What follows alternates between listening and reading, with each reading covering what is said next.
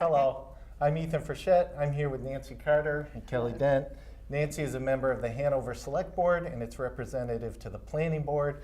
Kelly is the vice chair of the town's Planning Board.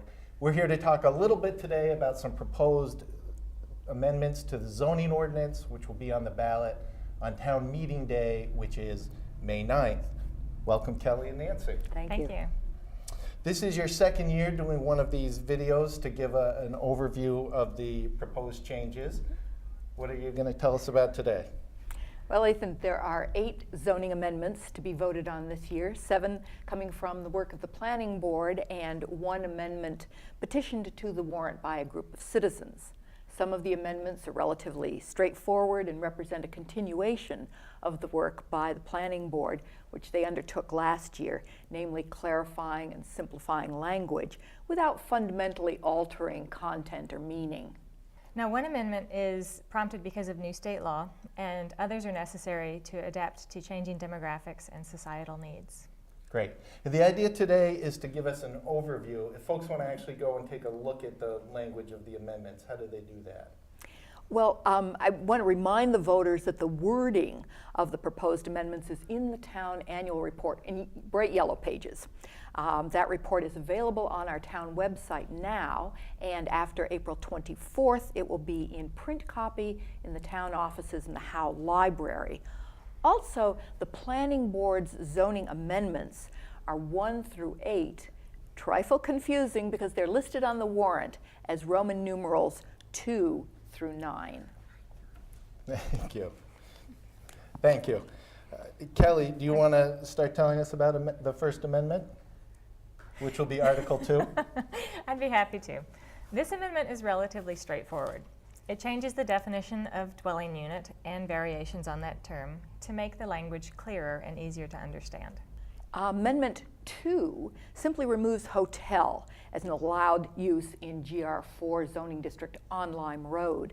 There are no longer any hotels in the general residence district, and GR4 district focuses residential rather than commercial. Removing hotel as an allowed use also means that associated area dimensional standards should be removed. Mm-hmm.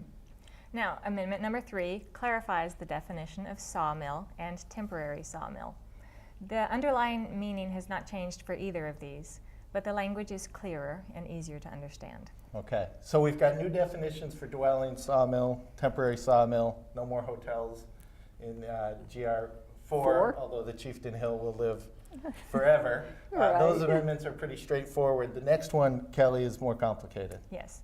Now, there are 2 amendments that deal with different aspects of what we call senior housing, and the first of these is amendment number 4. For simplicity, we are defining senior as anyone 62 years of age or older. Now, this amendment regularizes senior housing to be no different in terms of land use regulation from housing for others, except for the age of the resident, the barrier-free design of the dwelling units, and the ability to incorporate support services to the senior housing. Now, our current zoning ordinance includes sections dealing with continuing care retirement communities, or CCRCs. Basically, this amendment takes what we now know as CCRCs and includes it in the larger category of senior housing development. Okay, so that was a lot. It was. Well done. Can you tell us a little bit more about why you're proposing the change and what it will actually be? Well, Ethan, the retirement industry is in a constant state of flux. What seniors want in their retirement years is changing. Aging in place, communities multi-generational are examples of concepts that are gaining traction nationwide, and our planning board is seeking to adapt the zoning amendments to recognize and, if appropriate, accommodate such trends. Yeah, the purpose of amendment number 4 is to update our rules governing housing for individual seniors or for couples with at least 1 senior member, and to clarify types of interim housing for people unable to care for themselves. We have added definitions of senior housing development, convalescent home, and nursing home, and modified the definition of hospital, and updated the zoning district where these uses are allowed. These changes serve to make several existing uses conforming. For senior housing developments, we have proposed new standards for lot size, perimeter setbacks, and compliance with New Hampshire Barrier-Free Design Code, and affiliated uses for support in assisted living units. We've also adjusted the parking requirements for independent and assisted living units. Senior housing developments are proposed as permitted in GR3 and GR4 districts, and special exception in districts GR1 and GR2. Again, I'd like to recommend that the voters avail themselves of the details in the town meeting, and it helps that there is a multicolored zoning map on our town website as well. And I will apologize for the fact that the lettering is small and difficult to read. However, the colors and the color code makes it easy to determine what the GR districts are. Great. The zoning districts are. Great. The next one is a little bit easier. It is. This is amendment number 5 proposes to remove student residence as an allowed use in the RO, or residence office zoning district. The town zoning ordinance map shows the RO district in dark red.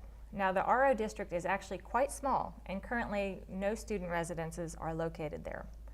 Students will be allowed to reside in the RO district in homes rented to 3 or fewer unrelated individuals and in homes with their families. But if this amendment were adopted, student residences such as fraternities and sororities will no longer be allowed in the district. Student residences will continue to be allowed in the institution, or I district, which the planning board believes is the appropriate location. Okay, great, thank you. Nancy, Kelly mentioned before there were 2 amendments to do with senior housing. Right. Amendment 6 deals with affordable senior housing, particularly in the RO that Kelly mentioned, the residence and office district.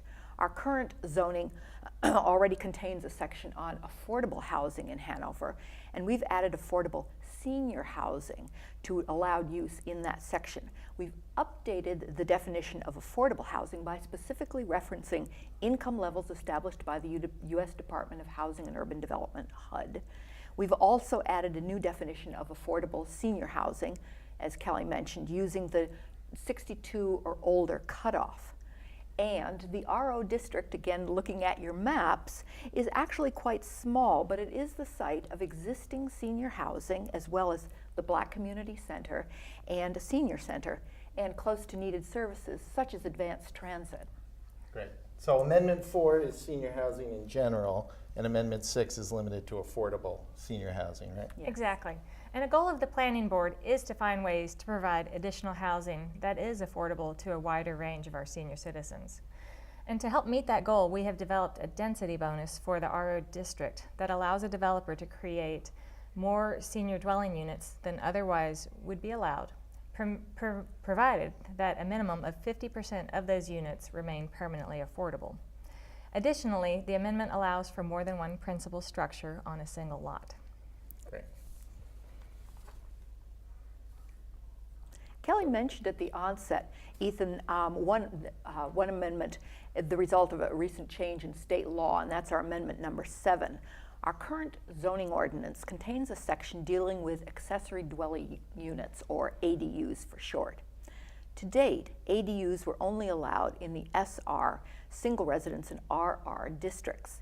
The New Hampshire legislature has made it a right for the owner of single-family dwellings in any zoning district to add an attached ADU. This change applies to every community in New Hampshire.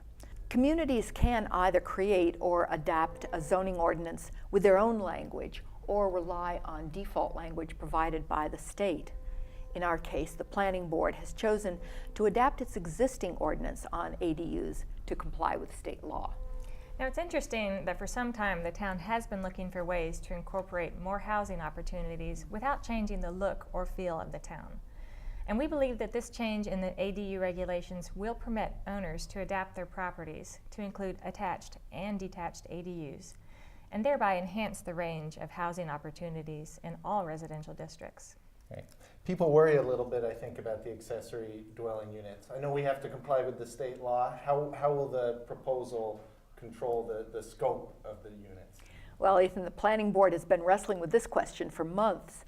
We've had input from other planners and architects, as well as we've been looking at similar communities elsewhere in the United States and what they're doing. These details are in the town report, but basically, we've established standards in size, height, setbacks, parking, entrances, location of stairs and fire escapes if the ADU is on upper floor, as well as guidelines on construction materials and aesthetics. And one critical requirement is that the owner must live on site, either in the principal dwelling or in the ADU. This alone should ensure that ADUs do not become a blight, but rather fulfill their intended function of providing housing options for caregivers, elderly parents, and the like. Okay, terrific. And we've got one more, and that is the one that has not been put forward by the planning board. Yes, Ethan. State law requires that any petitioned amendment be supported by the signatures of 25 voters, and that the wording go forward to the warrant as presented by the petitioners. Amendment 8 seeks to change the definition of student residence. All the planning board may do is approve or disapprove. After public hearings, the board unanimously voted to disapprove adoption of the petitioned zoning amendment. The reasons for that decision are summarized in the minutes of the planning board meeting of March 21st on the town website, and also in the town report on page 31. And before you conclude, Ethan, I'd just like to remind our voters that everything that we've talked about today are amendments which they will see in the Australian ballot portion of the town meeting day. The polls will be open May 9th, town meeting day, between 7 a.m. and 7 p.m. Immediately following, there is a business meeting, and the other 15 articles, which you will see in your town report, will be voted on then, and you must appear in person to vote. Great. Thank you both very much for being here and for all your work for the town, and also to all the members of the select and planning boards. And we'll hope to see everyone at the polls on May 9th.